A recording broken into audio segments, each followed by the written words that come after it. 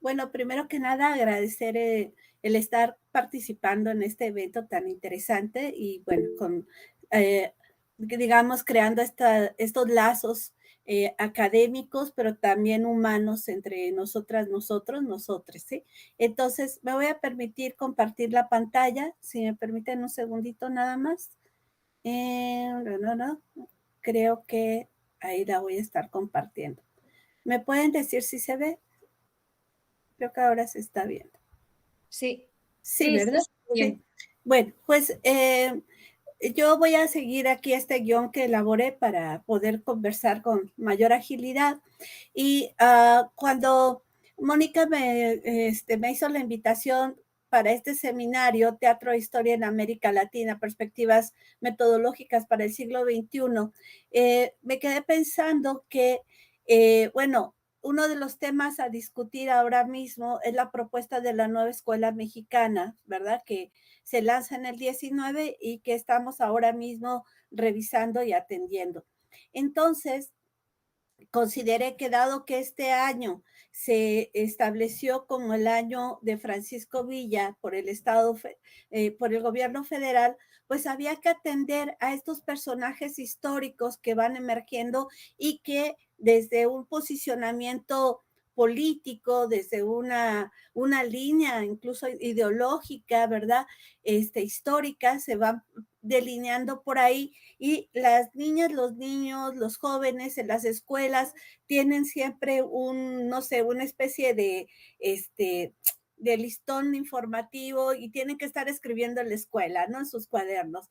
2023, año de de Francisco Villa, ¿sí?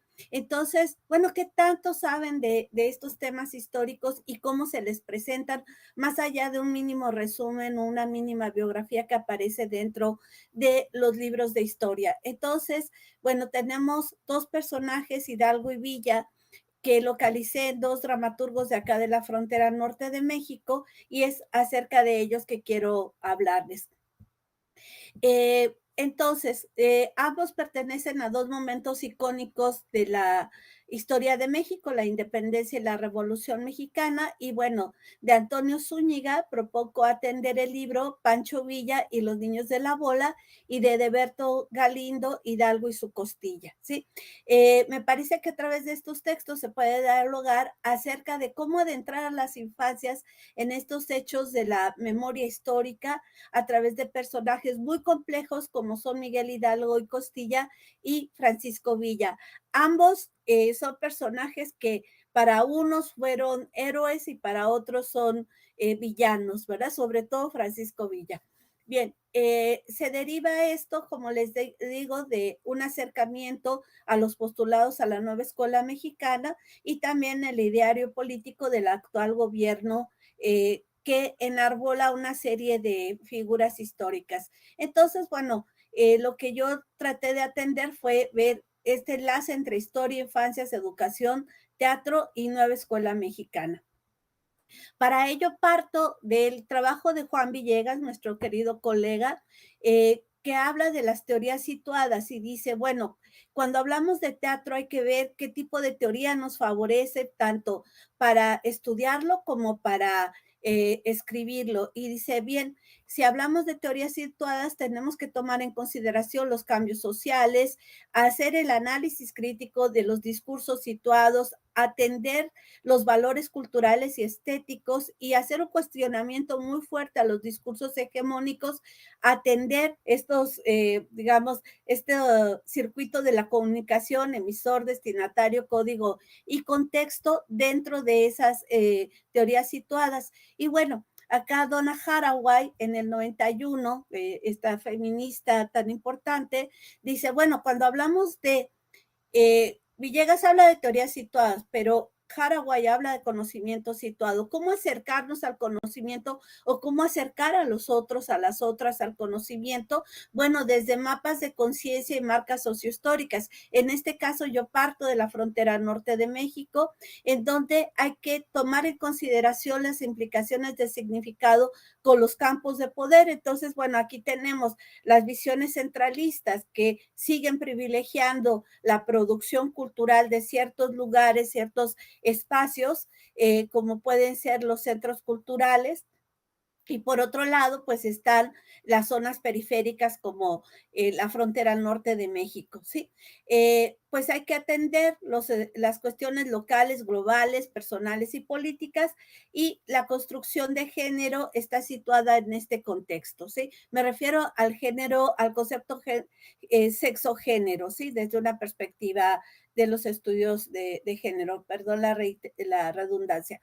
Y bueno, por otro lado, dice Donna Haraway, ¿no? Si partimos de estos conocimientos situados, yo digo, hay que partir de la construcción de las infancias en esos conocimientos situados, y desafortunadamente lo que prevalece es nuestra visión adultocéntrica que no atiende los derechos de la infancia a un conocimiento situado, a un conocimiento lúdico y a un conocimiento digamos, que les permita crear una serie de visiones de mundo. También tomo en consideración las teorías del hipertexto de Enrique Mijares, que varios de ustedes conocen, que rápidamente él plantea que estos textos que van emergiendo en el norte de México desde la década de los 90 se distinguen por una estructura polisémica, intertextual, fragmentaria, rizomática, no lineal, desde parte de la teoría de la relatividad, del caos, de los fractales, etcétera. Aquí está Hugo Salcedo y claro, su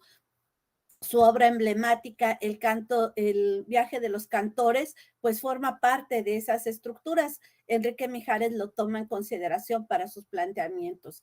Bien, la nueva escuela mexicana que lanza su ideario en el 2019 plantea, entre otros temas, como principios, el fomento de la identidad en México, la responsabilidad ciudadana, que se favorezca la conciencia social y la transformación de nuestras comunidades. Entonces, la nueva escuela mexicana dice que pues el trabajo que deben hacer los docentes, no solamente a nivel básico, ¿sí? Sino en los 23 años que los mexicanos, las mexicanas tenemos que vivir en un espacio académico desde el preescolar hasta el posgrado, ¿sí?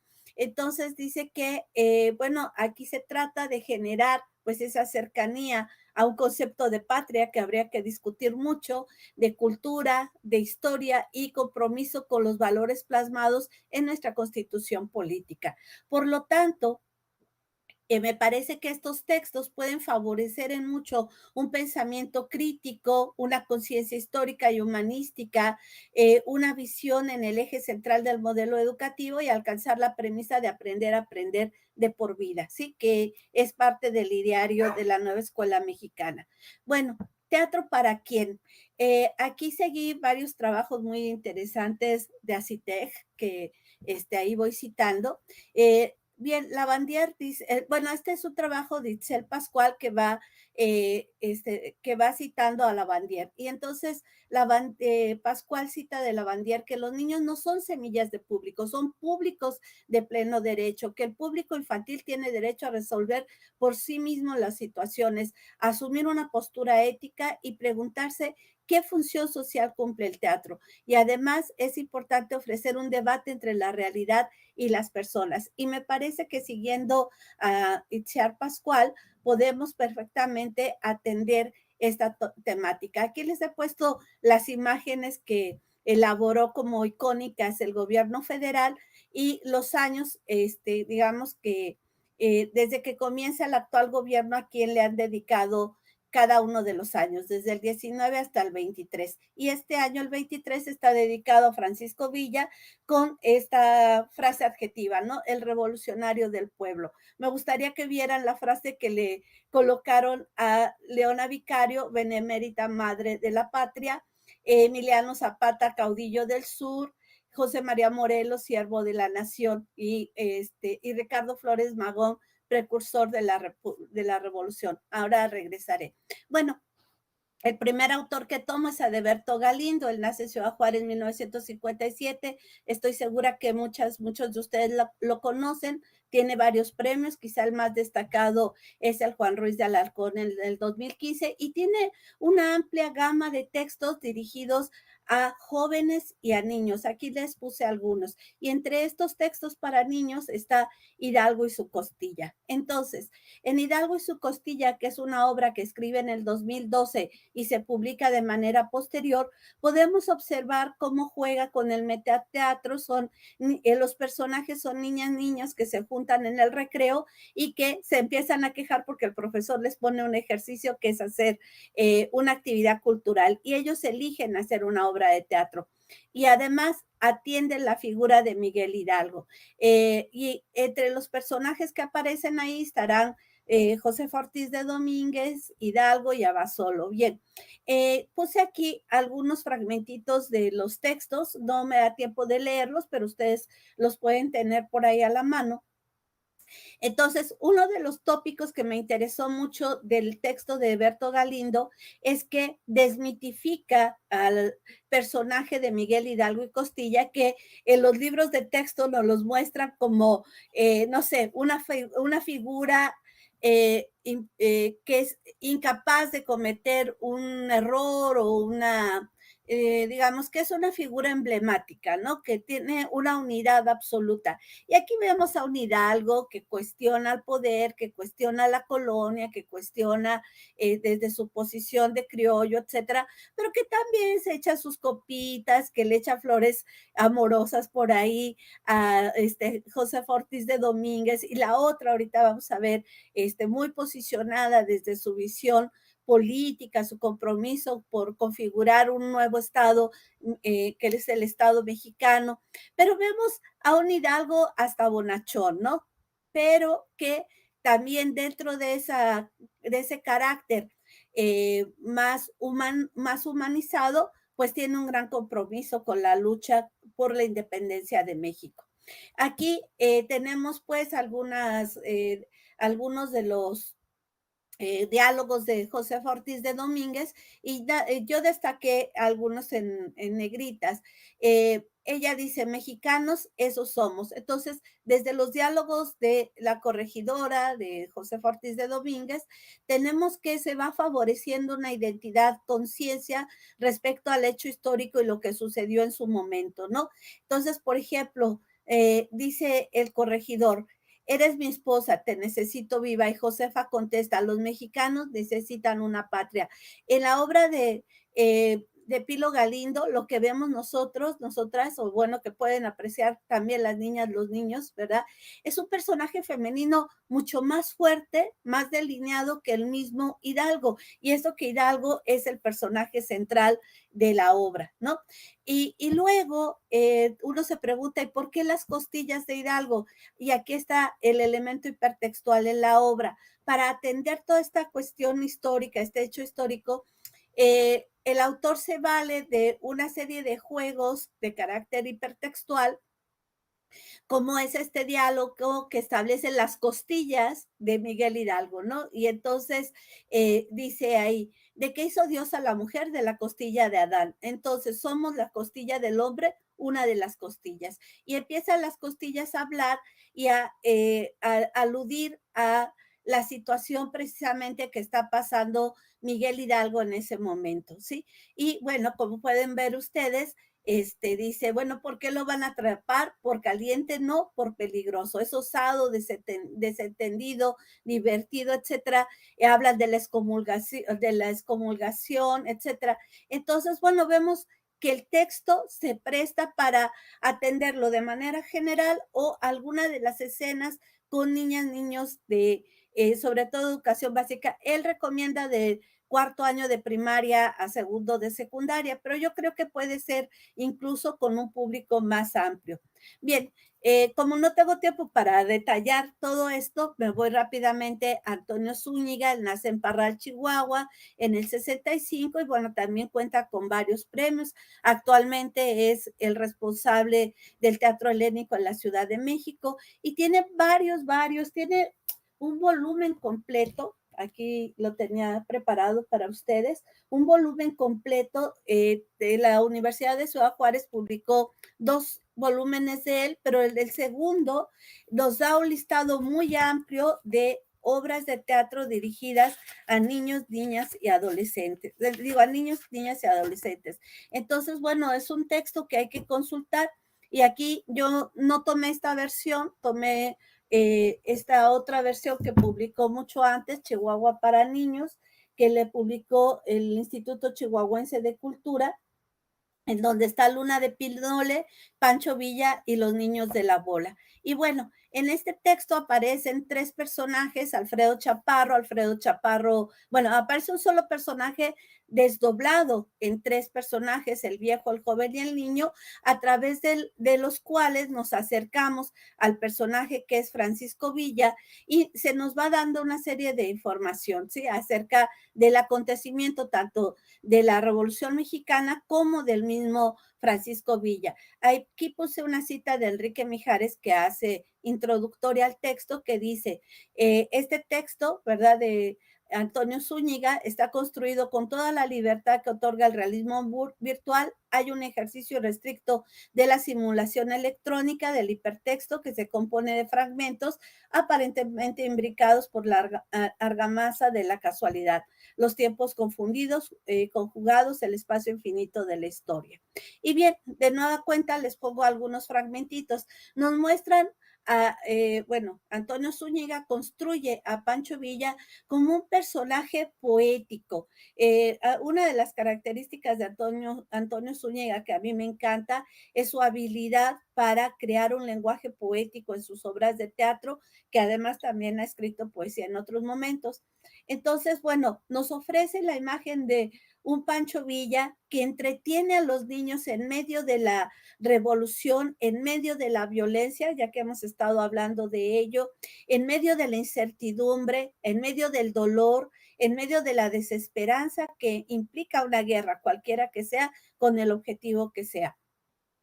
Entonces, vemos a un Villa muy sensible, dice, no puedo, no aguanto verte directo a los ojos, muchachito. Yo no quiero hacer la revolución por miradas melancólicas. A ver, chiquito, dime, ¿qué puedo hacer contigo? Dime, ¿quién te ha dejado tan triste, no? Entonces, bueno, eso nos acerca al personaje a pesar de que otras versiones nos muestren a un hombre desalmado.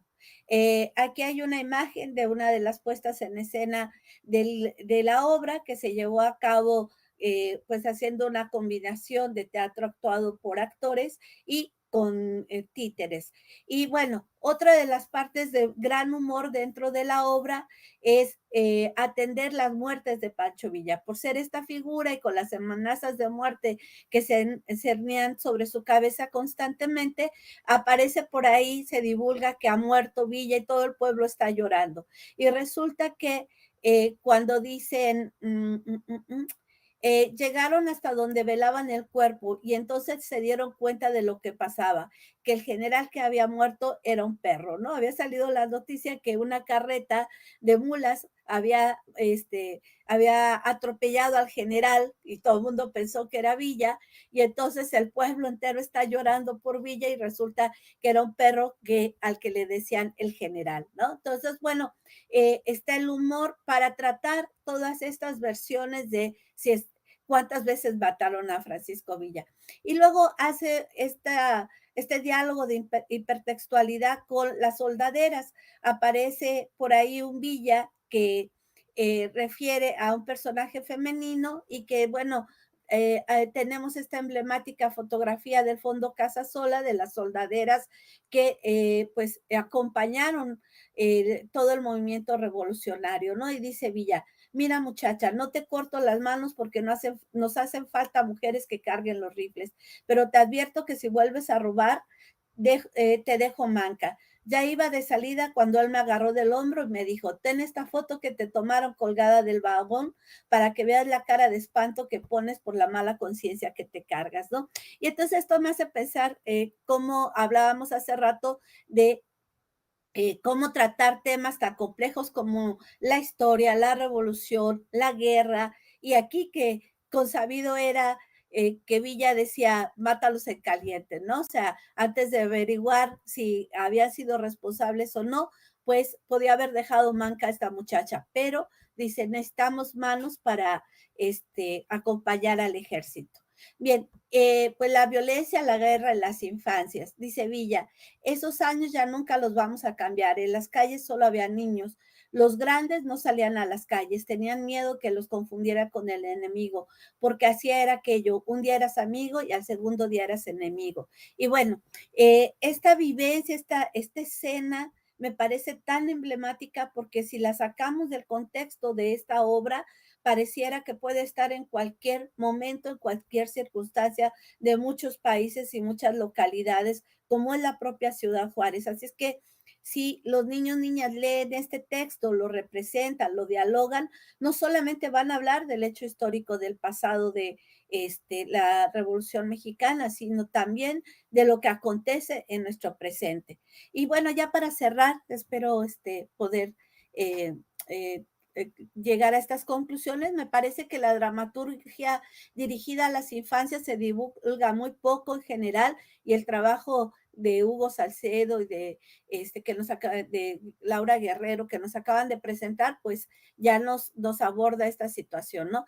Me parece que los textos de Galindo y de Zúñiga aluden a hechos históricos desde un posicionamiento de conocimientos situados y desde el teatro hipertextual, que los postulados ideológicos del gobierno federal, pues la verdad es que le falta una perspectiva de género, cuando la valoración de las mujeres, como por ejemplo a Leona Vicario, es denominarla benemérita madre de la patria, mientras los otros son revolucionarios, iniciadores, caudillos, etcétera, y las mujeres ahí estábamos posicionadas dentro del ámbito de la maternidad. Y bien, la nueva escuela mexicana propone rescatar conceptos como nación, identidad, conciencia, y sin embargo, creo que la SEP tiene la posibilidad de integrar en sus bibliotecas del aula textos tan valiosos como estos para generar precisamente lo que ellos plantean como una posibilidad de atender todos estos valores a los que me refería al principio. Y aquí parte de mi bibliografía. Muchas gracias y bueno, ya conversaremos un poco en un momento. Muy amable. Bueno.